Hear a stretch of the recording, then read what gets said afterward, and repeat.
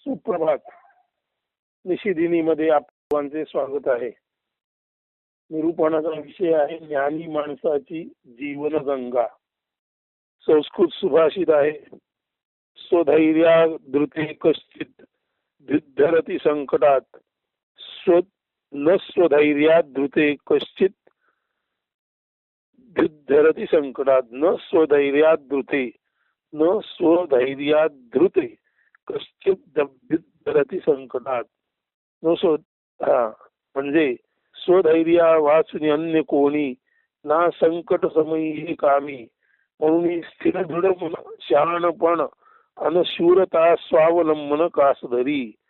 न न स्वधैर्यात धृते कश्चित धरती संकटात, स्वधैर्या वाचून अन्य कोणी ना संकट समयी कामी, म्हणून स्थिर दृढ मन शहाणपण आणि शूरता स्वावलंबन कास धरी. हे राघवा, तू तुझे स्वधैर्य, मनबुद्धी यांची शांतता, शहाणपण यावर अवलंबून राहून, तसेच वीरता व अनुभव यांचा सुयोग्य ताळमेळ राखून प्रत्येक संकटातून निर्विघ्नतेने बाहेर येऊ शकशील. स्वधैर्य विना स्वधैर्य वैर्य. आता धैर्य याचा अर्थ शहाणपण आणि वैर्य म्हणजे पराक्रम.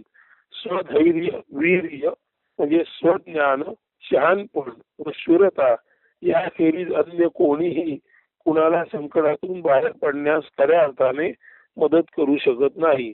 येथे प्रभू रामचंद्रांनी स्वपराक्रम, स्वज्ञान व शहाणपण व स्वानुभव यांच्या आधारे जीवन परिक्रमा यथार्थपणे पार पाडावी असा मौलिक गुरुपदेश अत्यंत कळकळीने त्यांना गुरुमुखातून दिला गेला आहे. खरे तर जीवाचा म्हणजे माणसाचा जन्मच विद्या, ज्ञान, अनुभव यांची प्राप्ती व त्या आधारे स्वशरीर पराक्रम सुयोग्यरित्या वापरून अंतरंग निरपेक्ष वासना शून्य राखून नीती मार्गाचे आचरण अवलंबित असता व इतरांना शक्य ती सारी मदत करता करता मोक्ष प्राप्ती साध्य करण्यासाठी झालेला आहे. याचे विस्मरण प्रभू रामचंद्रांना व त्या निमित्ताने आपणा साऱ्यांनाही पडू नये, हा या गुरुपदेशाचा विश्वव्याप्त करुणा संपृक्त व अर्थभाव आहे. तो श्रोते हो, आपण सर्वांनी नीट धारण करा. आता वैर्य म्हणजे शूरता आहे माहीतच आहे, पण धैर्य किंवा धीर याचा अर्थ खरा तर शहाणपण आहे. आणि धैर्य वैर्य म्हणजे शहाणपण आणि शूरता याचा समन्वय झाल्याखेरीज कोणताही शूर योद्धा खऱ्या अर्थाने कर्तव्य कर्म सहजासहजी पार पाडून मोक्ष मार्गाला गवसणी घालू शकणार नाही. त्यातील धैर्य किंवा धीरता म्हणजे शहाणपण कोणते हे आध्यात्मिक अर्थाने समजून घेणे गरजेचे आहे.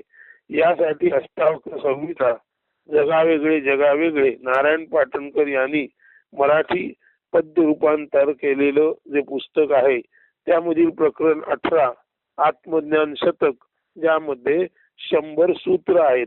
यामध्ये क्रमांक 3 चे सूत्र पान 137 या पुस्तक पानावर आलेले आहे. आणि अष्टावक्र महामुनी तेथे काय म्हणतात ते नीट समजून घ्या. संस्कृत सुभाषित असं आहे किंवा संस्कृत सूत्र असं आहे, कर्तव्य दुःख मार्तंड ज्वाला दग्धांतरात मनः कुतप्रशम पीयूष धारा सारमुते सुखम. म्हणजे कर्तव्य दुःख सूर्याच्या किरणी जो दग्ध होत असे, शांती उपदेशामृत धारानी चित्त त्याचे शांत होत असे. कर्तव्य दुःख सूर्य असे अष्टावक्र महामुनी कर्मांबाबत सांगत आहेत. ज्ञानी माणसाचा उपदेश अज्ञानी माणसाला चटकन समजत नाही, उमजतही नाही.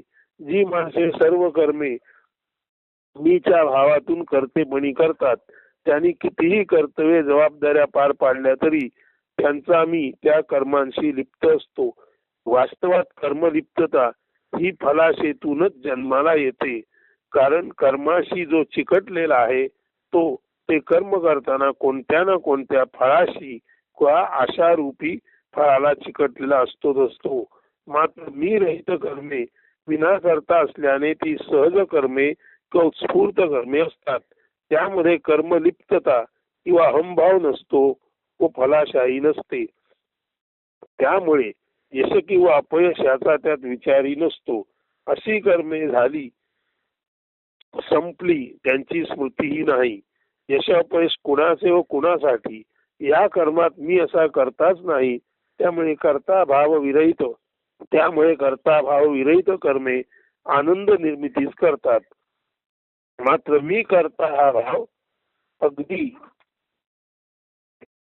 कर्तव्य जबाबदारी पार पाडण्यासाठीही का होईना जर असेल तर कर्मामध्ये सुप्त गुप्ततेने आशाभाव राहतो.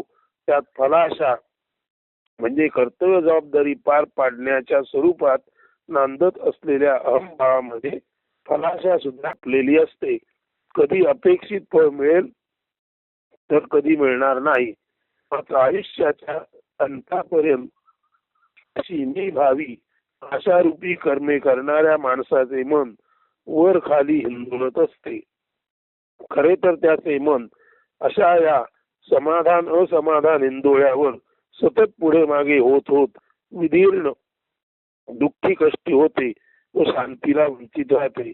म्हणूनच मी रहित आशा रूपी वासना रहित कर्मानाच म्हणूनच मी रहित व आशा रूपी म्हणूनच मी रहित आशा व वासना रहित कर्मानाच निरपेक्ष कर्मे म्हणतात. ज्या कर्मात करताच नाही ती सुख दुःखे देत नाहीत ती कर्मे जाग झोप श्वसन या कर्माप्रमाणे सहज कर्मे असतात. ती सहजानंद देतात. येथे माणूस हे जाणून असतो की मी नाहीच तोच आहे. I am not at all only he is. म्हणून परमेश्वर करता या भावाने घडणारी कर्मे तत्सत ब्रह्मार्पण वस्तू या श्रेणीतील दैवी कर्मे असतात.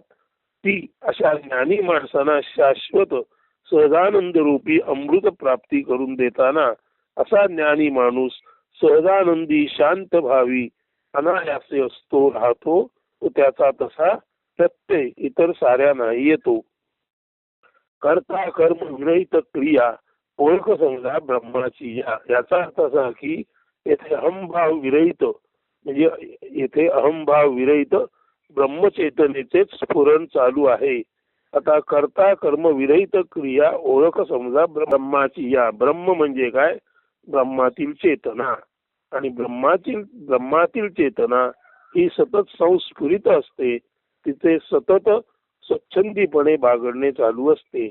आणि ही ब्रह्मचेतना जेव्हा स्वच्छंदी सहज स्फुरणात असते तेव्हा प्रत्यक्षात ती ब्रह्मचेतना स्वक्रीडेमध्ये दंग असता त्यातून अनेक जीवांची निर्मिती स्थिती आणि लय म्हणजे ही जी ब्रह्मचेतना स्वच्छंदपणे सहज क्रीडेत चालू असते तेव्हा जीवाला जन्म स्थिती आणि मृत्यू या पद्धतीने चक्र नेहमी करणे या खेळामध्ये यावे लागते.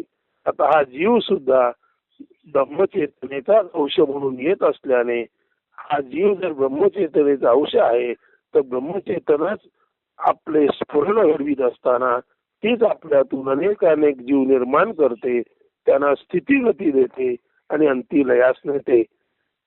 यालाच म्हणायचं कर्ता कर्म विरहित क्रिया ओळख समजा ब्रह्माची. या ब्रह्माची ओळख म्हणजे काय तर ब्रह्मचेतनेचे सहज संस्फुरण होणे, ब्रह्मचेतना सहज खेळामध्ये मग्न असणे आणि या सहज खेळातच अनेक जीवांची निर्मिती स्थिती संवर्धन आणि लय हे चक्र नेहमी क्रमे म्हणजे पुनरावर्ती पद्धतीने चालू असते.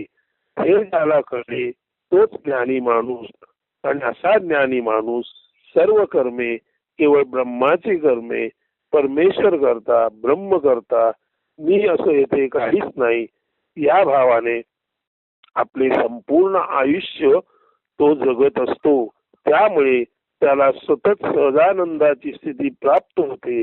त्याचा मी असा अहंभाव नाही आणि त्या कारणाने कुठल्याही क्रियेमध्ये तो त्या क्रियेला कर्म समजतच नाही. कर्म समजलं की करता आला. करता म्हणजे अहंभाव.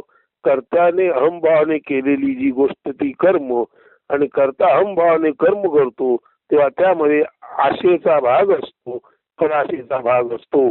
परंतु हा संपूर्ण ब्रह्मचेतनेचा खेळ आहे.